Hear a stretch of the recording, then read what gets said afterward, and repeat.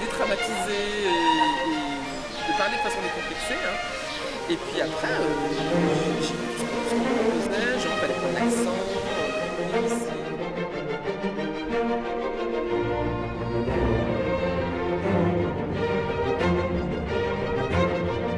Nous sommes dans le quartier de Soria, Adèle, à l'imprévu, mais c'est peut-être aussi une interview imprévue, on verra. Et nous allons parler du spectacle Marie-Prince, avec Hervé Medic, le directeur de l'Atrium, et Soria Adèle, la comédienne. Qui est Marie-Prince? Qui est Marie-Prince? Alors Marie-Prince est une femme qui est née en 1788 aux Bermudes, hein, dans la condition d'esclave, hein, et qui va vivre une enfance entre guillemets paisible avec ses parents.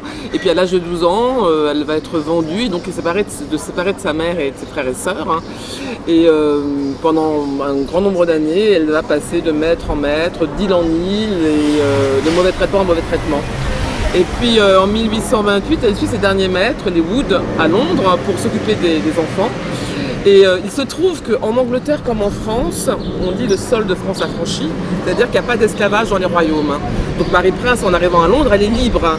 Alors c'est pas évident pour elle dans le premier temps de partir, mais avec un peu de courage, elle décide de partir. Elle va être recueillie par les Frères Moraves, qui est une congrégation religieuse protestante anti-esclavagiste, et par des abolitionnistes qui ont des clubs très puissants en Angleterre à cette époque. Elle va rentrer au service de Monsieur et Madame Pringle. Hein. Alors Monsieur Pringle est un avocat qui travaille dans un club abolitionniste. Elle va lui demander d'écrire son récit. Elle veut que les Anglais connaissent son histoire. Elle se rend compte que les Anglais ne savent pas ce qui se passe aux Antilles en fait. Hein. Et donc ils vont écrire son texte. Il va être autographié. Il y a une jeune femme qui va prendre sous dictée son histoire. Le texte va être publié en 1831 à Londres et l'esclavage sera aboli dans les colonies britanniques en 1833. Donc c'est vraiment un texte fondateur dans l'histoire de l'esclavage anglo-saxon.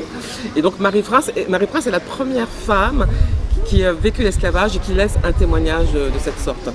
Et comment vous êtes tombé sur ce texte alors?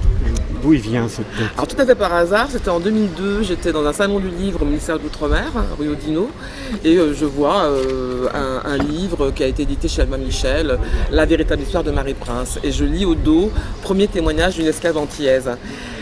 Et là ça m'a fait titre, j'ai dit il faut que j'achète ce livre parce que on manque nous aux Antilles, en Martinique, cruellement d'histoire. On n'a jamais d'histoire à raconter.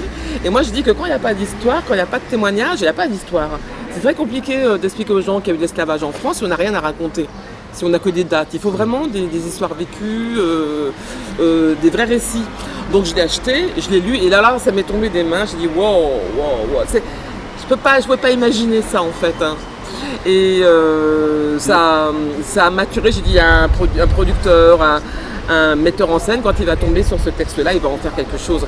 Moi, à l'époque, en 2002, j'avais pas vraiment de compagnie. Je suis juste une simple comédienne qui travaille pour des gens, quoi. Enfin, au départ, je suis danseuse en plus, hein, donc j'ai pas du tout mon parcours. Hein. Et ça a maturé, ça a pris du temps. Puis j'habite en face du Théâtre 14, qui est dirigé par Emmanuel de Chartres. Et tous les mois de mai, on a le théâtre à disposition pour les compagnies du quartier. Je me suis dit, tiens, c'est le mois de mai, c'est le mois des abolitions, je vais lire le récit de Marie-Prince. Et j'ai tout lu, ça a duré 1h50. Les gens ont tenu le coup. Hein. Et suite à cela, les amis qui étaient dans la salle m'ont dit Souria, vas-y, tu peux faire quelque chose, tu peux porter ce projet. Après, j'en ai parlé à mon prof de théâtre, John Strasberg, hein, parce que ça me faisait un peu peur. Moi, j'ai pas forcément le profil de la comédienne dramatique pour attaquer ce genre de rôle. Hein. Mais je suis profondément engagée et militante. Et il m'a dit Souria, vas-y, tu fais quelque chose de très très simple hein, et ça ira. Et donc voilà. De 2009 à aujourd'hui, j'ai travaillé sur le texte, on l'a refait traduire, j'ai retrouvé la version anglaise et on est arrivé à une forme d'1 heure pour pouvoir avoir quelque chose qui tienne la route. C'est un spectacle dure 1 heure. 1 heure, 1h05, ça dépend comment on joue. Alors ça pourrait être un film, mais en même temps vous avez choisi quelque chose d'extrêmement statique, ce qui rend le spectacle encore plus fort d'ailleurs. C'est, voilà, vous dites le texte, vous ne bougez quasiment pas. Pourquoi ce choix c'est dommage qu'il n'est pas là, le metteur en scène. J'aurais dû t'en c'est qui le metteur en scène? Alex Descas. Hein. Alors, tu vas parler pour lui, vous allez parler pour lui. Alex Descas, c'est un comédien que vous avez peut-être vu. Qu'on connaît, mais que le public ne connaît pas forcément. Oui. Qui a travaillé avec, je crois, un metteur en scène qui est dans votre ville. Hein. Chaville qui s'appelle Peter Handke. Peter Handke, un écrivain, un grand auteur, Peter Handke, qui est chavillois, Qui est absolument. chavillois, Absolument. voilà, ce qu'il Tout à m'a fait. dit, voilà. Ouais. Et j'avais choisi Alex parce que c'est quelqu'un qui travaille avec beaucoup de sobriété, très simple. Et je voulais pas de chichi, je voyais pas très bien. En fait, j'ai travaillé d'abord avec un premier metteur en scène, pour tout vous dire, qui n'était pas antillais, qui était comme vous, coquille d'œuf. je dis. Ah, coquille d'œuf, ça je sais pas l'expression. Tu es plus coquille d'œuf que Hervé. Je te remercie. Oui, moi je suis coquille d'œuf très blanc. Non, rose, plus rose. Tu es, alors comment on peut dire, c'est un œuf rosé. Rosé. Un œuf Non, mollet. mais les coquilles d'œuf, il y a plusieurs tonnes de couleurs dans les coquilles d'œuf. Ah oui. Hein, comme pour les êtres humains. Déjà.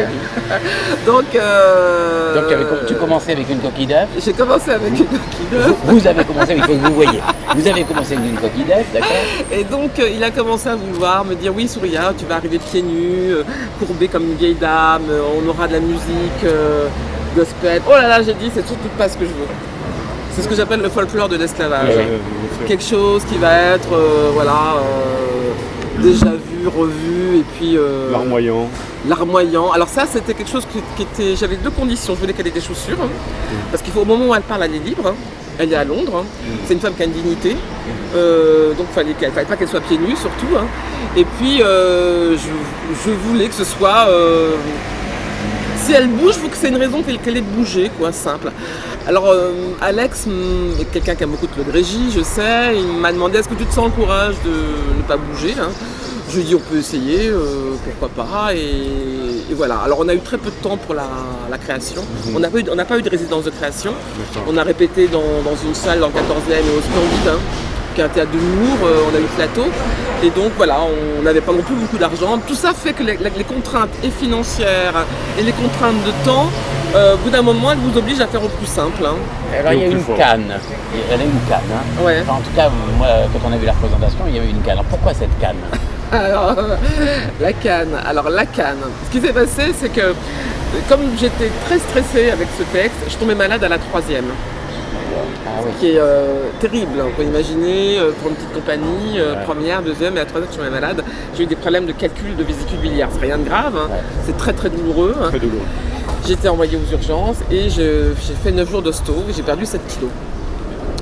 Et comme j'avais Télérama et les gens qui venaient, que je louais le théâtre, tout, on peut imaginer, tout le stress et tout, il était hors de question que je m'arrête 3 semaines. Donc j'ai repris le spectacle avec 7 kilos en moins et très très très fatiguée.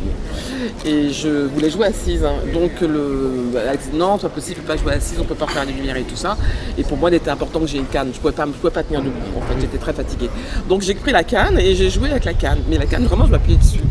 Et les gens ont cru que ça faisait partie du personnage. Mais à l'Atrium maintenant, par exemple, vous allez jouer avec la canne ou sans Toujours la canne maintenant. Eh oui, c'est ça. C'est partie du personnage.